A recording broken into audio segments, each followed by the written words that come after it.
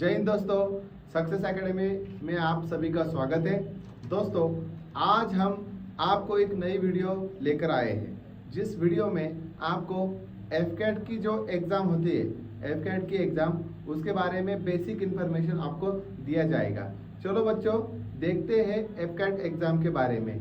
जो भी एलिजिबिलिटी है, क्राइटेरिया है, हमारी सक्सेस एकेडमी की तरफ से आपको पढ़ाया जाएगा। दोस्तों, पे व्हाट इज एफकेट? एफकेट क्या होता है देख लीजिए। एफकेट होता है air force common admission test. Air force common admission test. और इसमें क्या, कौन सी फोर्स में जाते हैं? जो डिफेंस मिनिस्ट्री का जो इंडियन एयरफोर्स है, उसमें आप रिक्रूट होते हो। यहाँ पे एग्जाम साल में 2 बार होता है। एक बार फरवरी में होता है और दूसरी बार अगस्त में होता है।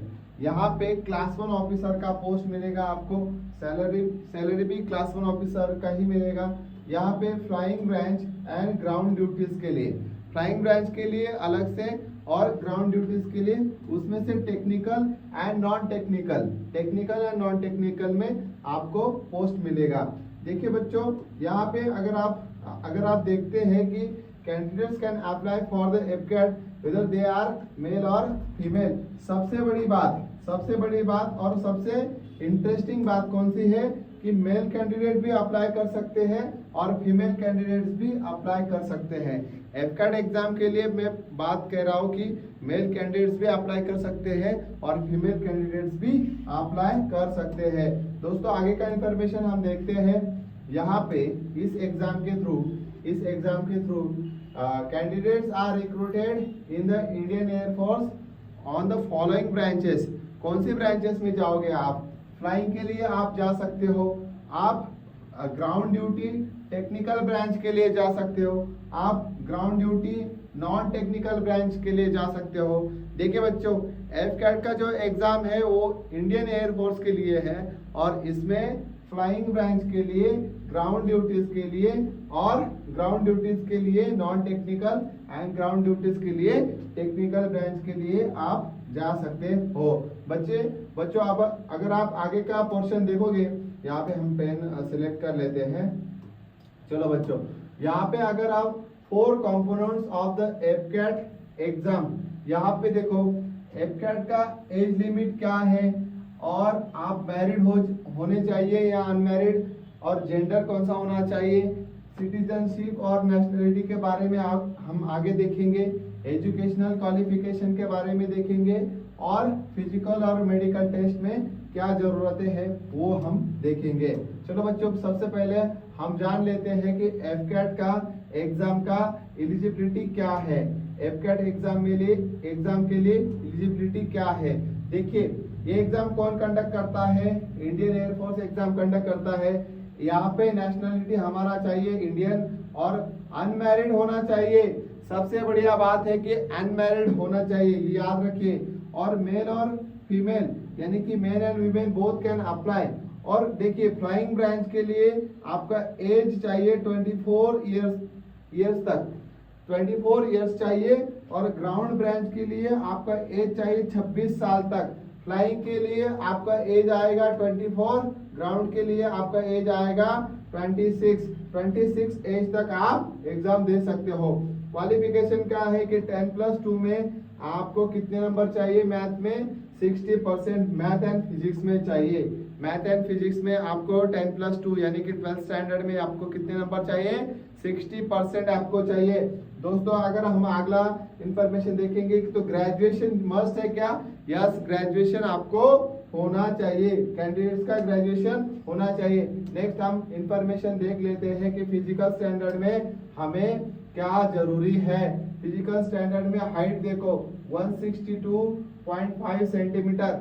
ग्राउंड ड्यूटी में मैंने कहा था कि मेल कैंडिडेट के लिए हाइट होना चाहिए 157.5 और फीमेल कैंडिडेट्स के लिए हाइट होना चाहिए 152 सेंटीमीटर। कौन से? Technical and non technical entries के लिए, technical and non technical entries के लिए। दोस्तों, आगे का इंफॉर्मेशन हम देखते हैं। चलो भाई, अभी देख लेते हैं कि शादी का क्या इशू है। शादी का इशू देख लेते हैं। During the beginning of the training candidates under the age of 25 must not be married. जो बंदे 25 साल से कम उम्र के होंगे वो अनमैरिड चाहिए। Divorcees and widows under the age of 25 are not eligible.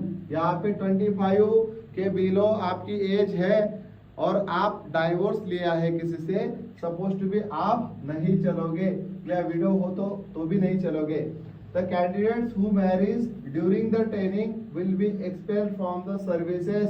क्या किया जाएगा आपको पता है, निकाल दिया जाएगा। Will be liable to refund all the expenditure incurred on him by the government। और जितना भी गवर्नमेंट का खर्चा हुआ है वो सब आपसे वसूला जाएगा। जब आप ड्यूरिंग द ट्रेनिंग सेशन आप मैरिज करोगे तो इतनी भी जल्दी क्या है, married candidates above the 25 years of age are eligible to apply but they will not provided marriage accommodation and they will not be allowed to live with their family outside the campus during the training period। एक बात समझ लीजिए कि training period में शादी करना है क्या नहीं करना है। ट्रेनिंग पीरियड में आप शादी भी नहीं कर सकते हो, और ट्रेनिंग पीरियड में आपको एक बात सबसे बड़ी ध्यान में रखनी है कि अगर आप गलती से छुपके से शादी करते हो तो ये तो समझ आ जाएगा, सोशल मीडिया के थ्रू समझ आ जाएगा, भाई कहीं से भी समझ आ जाएगा। और गलती से अगर आप शादी करते हो तो पूरा आपसे चालान वसूला जाएगा। जो भी आपको ट्रेनिंग पे पूरा खर्चा किया है गवर्नमेंट ने, गवर्नमेंट आपसे पूरा खर्चा वसूलेगी। इंडियन एयरफोर्स आपसे पूरा पैसा रिफंड बोलेगी कि भैया पूरा पैसा हमारा रिफंड करवा दो। आगे का पोर्शन देखते हैं कि एफकैट के लिए, रुको भैया ये फिर से आ गया, एफकैट के लिए फ्लाइंग ऑफिसर, ओके यहाँ पे देखते हैं कि एक क्लीन कर लेते हैं। एफकैट के लिए फ्लाइंग ऑफिसर के लिए एनसीसी स्पेशल एंट्री भी होती है as an air wing senior division C certificate का। एनसीसी वाले बंदे ध्यान रखिए, C certificate holder of the national cadet corps NCC candidates can apply to the flying branch और द इंडियन एयर फोर्स। आपके पास अगर सी सर्ट है, सी सर्ट होता है तो सी सर्ट है तो आप ये कर सकते हो। Unmarried main and women can apply. Permanent commission is offered for the main and the short service commission for the main and women, दोनों के लिए अप्लाई किया जाता है। देखिए बच्चों आगे का इंफॉर्मेशन फिजिकल फिटनेस के बारे में अगर हम देखेंगे तो यहाँ पे फिजिकल फिटनेस के बारे में क्या दिया है कि candidate should train themselves to do running, pushups पता होगा हम लेने वाले हैं, situps and they should be in a good physical shape. Candidates can train on their own according to their below listed. और क्या किया जाएगा, स्कीपिंग किया जाएगा, पुशअप्स किया जाएगा 20 in each set, 8 chin up and 4 kilometre running in 15 minutes.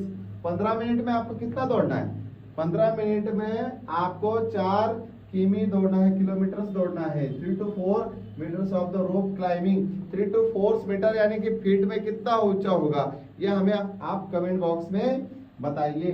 20 metre depth वाला swimming आना चाहिए। आपको बोलेंगे कि एयरफोर्स में जाना है तो स्विमिंग की क्या जरूरत है, हम बाद में बताएंगे कि भैया एयरफोर्स में अगर आप जाते हो तो स्विमिंग की क्या जरूरत है।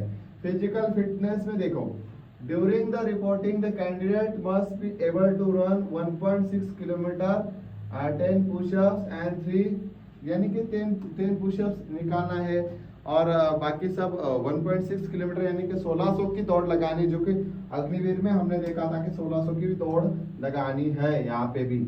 और फिजिकल फिटनेस के बारे में हम और भी जानकारी कर लेंगे। एफकैट के बारे में और ज़्यादा इंफॉर्मेशन चाहिए अगर होती है तो द सक्सेस एकेडमी नासिक के जो कि बेस्ट डिफेंस एकेडमी है इंडिया की और महाराष्ट्र की, उसमें आप कांटेक्ट कर सकते हैं। हमारा कांटेक्ट नंबर है कि 7887883570। थैंक यू, जय Hind, all the best. Thank you sir, thank you so much.